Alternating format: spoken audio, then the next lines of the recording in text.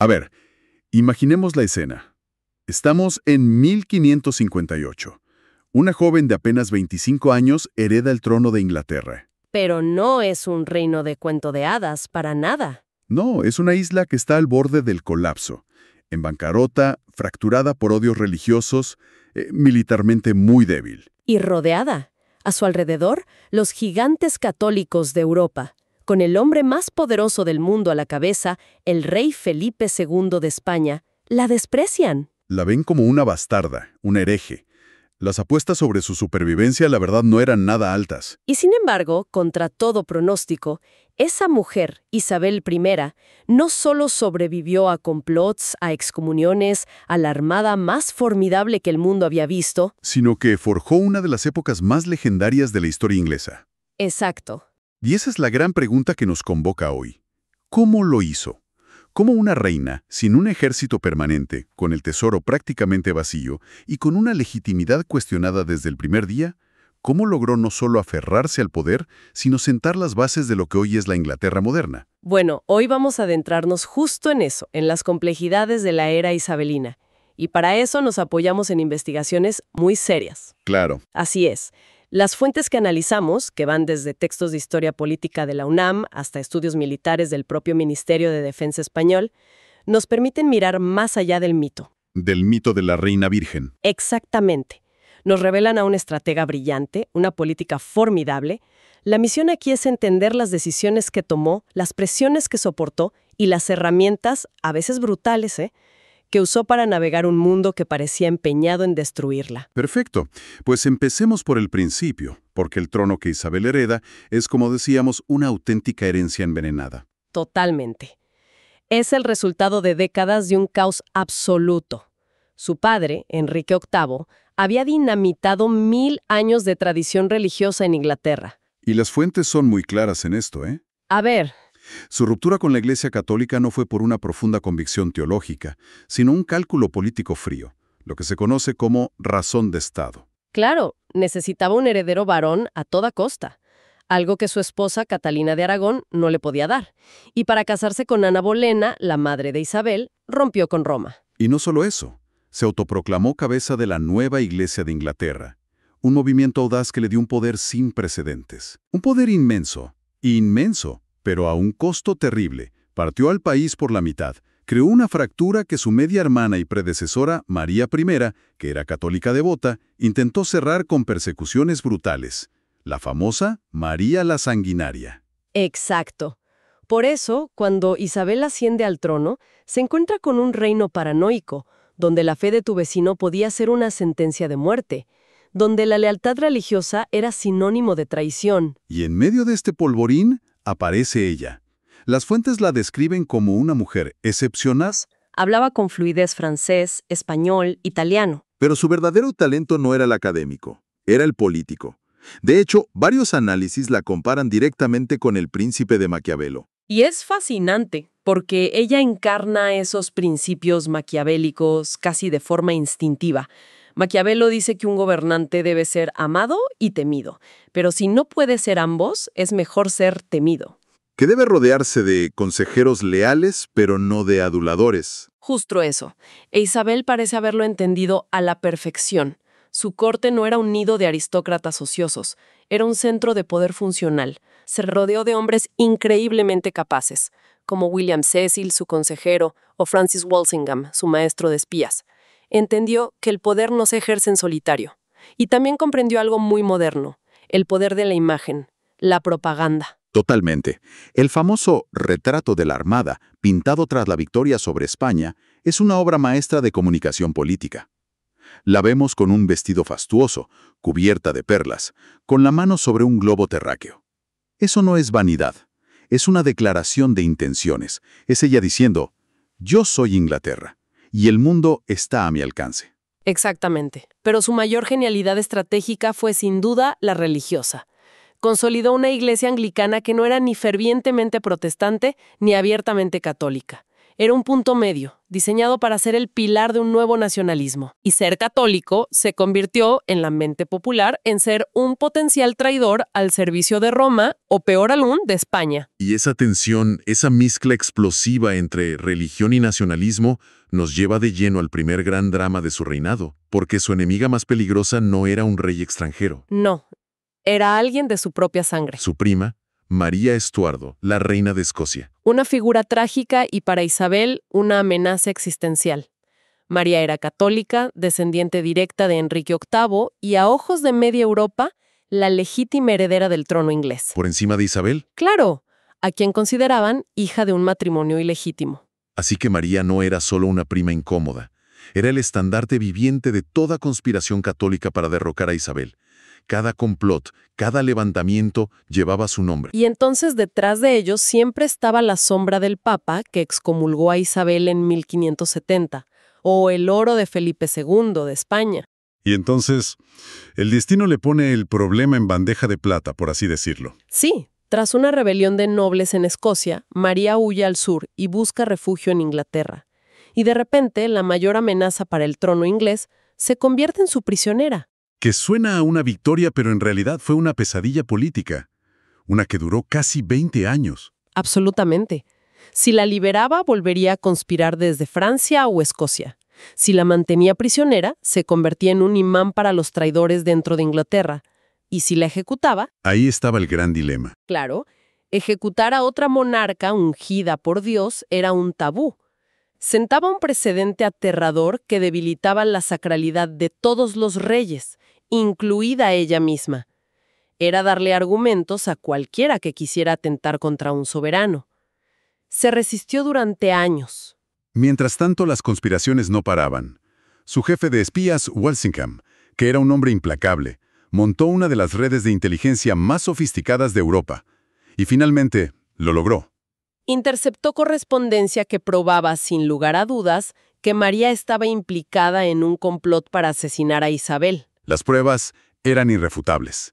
El Parlamento exigía la ejecución. Sus consejeros le decían que era la vida de María o la suya.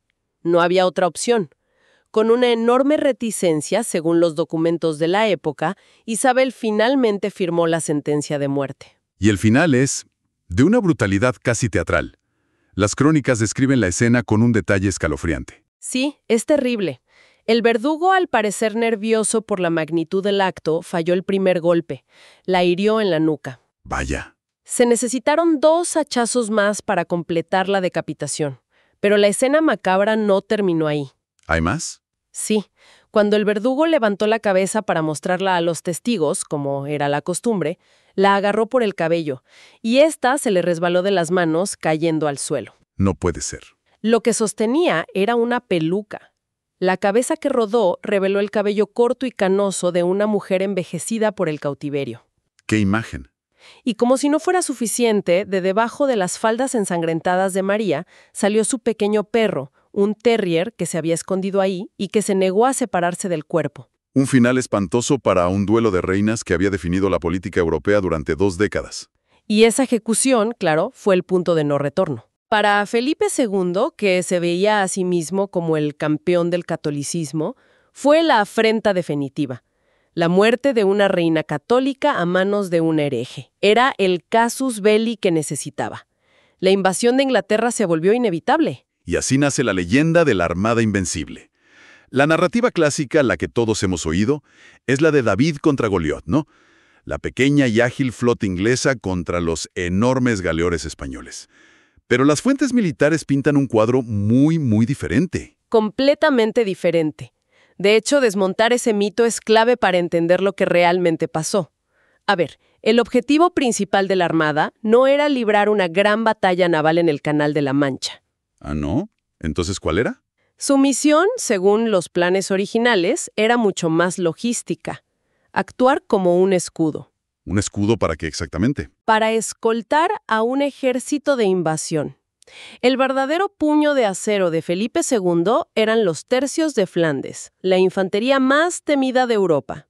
El plan era que la Armada controlara el canal el tiempo suficiente para que este ejército cruzara desde los Países Bajos y desembarcara en Inglaterra. O sea, una vez en tierra, se acababa todo. Nada en Inglaterra podría haberlos detenido.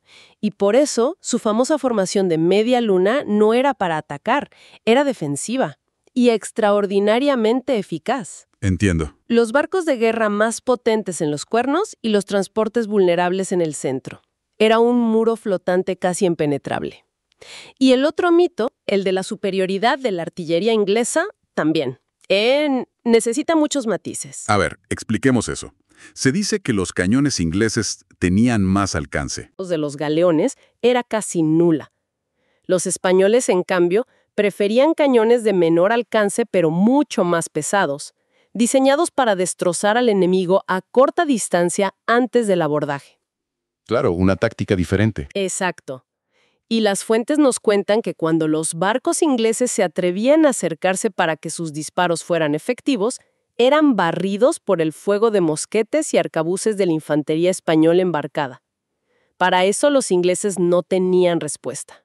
Entonces, si la formación era tan buena y la artillería no era decisiva, ¿cómo ganaron los ingleses?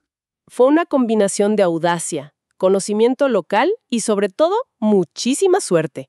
El punto de inflexión fue una táctica desesperada, el uso de brulotes, barcos incendiarios. Sí, en mitad de la noche, los ingleses tomaron 8 de sus propios barcos, los cargaron con todo lo inflamable que encontraron, les prendieron fuego y los lanzaron a la deriva contra la flota española que estaba anclada frente a Calais. Barcos fantasma en llamas. El efecto psicológico debió ser aterrador. Fue el pánico total. Para evitar ser incendiados, los capitanes españoles cortaron las anclas y se hicieron a la mar en completo desorden. La inexpugnable formación de media luna se rompió. A partir de ahí, quedaron vulnerables. Y ahí los ingleses aprovecharon. Aprovecharon, sí, sumado a su superior conocimiento de las corrientes y bajíos del canal. Pero el golpe de gracia, lo que realmente destruyó a la armada, no lo dieron los cañones ingleses. Fue el clima. El clima. Una serie de tormentas feroces empujó a la flota desorganizada hacia el Mar del Norte. La única ruta de regreso a España era circunnavegar Escocia e Irlanda, donde más tormentas los esperaban. La mayoría de los barcos que se perdieron no se hundieron en combate. Se estrellaron contra las rocas de la costa irlandesa. Vaya, como dijo la propia Isabel, Dios sopló y sus enemigos fueron dispersados. Exacto. Y hay un capítulo de esta historia que la historiografía inglesa convenientemente suele omitir. Ah, sí. La contraarmada inglesa. Exacto. Un año después, en 1589, Isabel lanzó su propia armada para destruir los restos de la flota española. Y fue un desastre de proporciones épicas, una catástrofe para Inglaterra. Y este hecho es crucial porque demuestra dos cosas. Primero, que la guerra no terminó en 1588, sino que se prolongó hasta 1604. Y segundo, que el poderío naval español estaba lejos de ser aniquilado. Pero el impacto de 1588 dentro de Inglaterra fue inmenso. La victoria, aunque fuera en gran parte por el clima, se vendió como una prueba del favor divino, ¿no? Totalmente. Consolidó el protestantismo y forjó un sentimiento de identidad nacional y orgullo como nunca antes.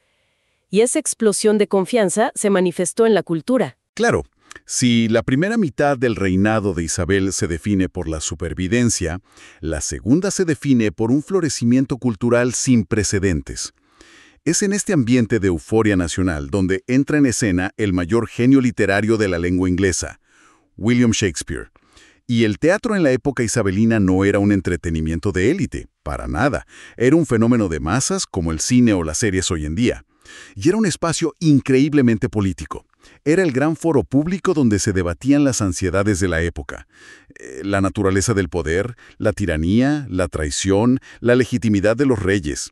Y las obras históricas de Shakespeare en particular jugaron un papel fundamental en la construcción de un relato nacional, una mitología compartida que cimentaba la identidad de los Tudor. Es fascinante pensar en el teatro como una herramienta de Estado. Shakespeare no solo escribía dramas, estaba ayudando a escribir la historia. O al menos, la versión oficial de la historia. El caso de Ricardo III es el ejemplo perfecto, ¿no? El más claro. La obra presenta al último rey de la dinastía rival de los York como un monstruo deforme, un villano psicópata. Históricamente es una caricatura, pero políticamente era una genialidad. Claro, porque la dinastía de Isabel, los Tudor, llegó al poder precisamente tras derrotar a Ricardo III. Al demonizarlo en el escenario, Shakespeare estaba en efecto legitimando el derecho de Isabel a gobernar. Exactamente. Era propaganda de un nivel de sofisticación extraordinario. Pero no solo miraba al pasado. Las obras también reflejaban las preocupaciones del presente. La paranoia de la corte, llena de espías, resuena en una tragedia como Hamlet. O la celebración del heroísmo nacional en la guerra contra España, en Enrique V. Precisamente, el teatro se convirtió en un espejo de la nación y a la vez en un molde que le daba forma. En resumen, Isabel I recibe un reino fallido, al borde de la guerra civil, y lo convierte en una potencia respetada, con una identidad nacional forjada en la victoria y una explosión cultural que definiría su legado para siempre. Navegó las aguas turbulentas de la religión y la política con una astucia y un pragmatismo que, como bien señalan las fuentes, Maquiavelo habría admirado. Usó la lealtad, el espionaje y, cuando no hubo más remedio, como con su prima María, la violencia de Estado para asegurar su trono. Pero su gran lección, la que trasciende su época, parece ser sobre la naturaleza misma del poder. No se trata solo de tener ejércitos o riquezas. No, su reinado demuestra que el poder más duradero reside en la capacidad de construir un relato, una narrativa nacional en la que la gente crea. Isabel entendió, quizás mejor que nadie, que para gobernar no solo hay que ser fuerte, sino también parecerlo. Y supo usar cada herramienta a su alcance, desde sus retratos hasta los escenarios de Londres, para proyectar esa imagen de poder. Exacto. Lo que nos deja pensando, si los escenarios de Shakespeare funcionaban como un espejo de las ansiedades y ambiciones del poder en la era Tudor, revelando las verdades de su tiempo a través de la ficción. La pregunta que surge es inevitable, ¿verdad? Exacto. ¿Qué nos están diciendo nuestras series, nuestras películas, nuestro entretenimiento más popular sobre nuestra propia relación con el poder, la verdad y la ambición de quienes nos gobiernan?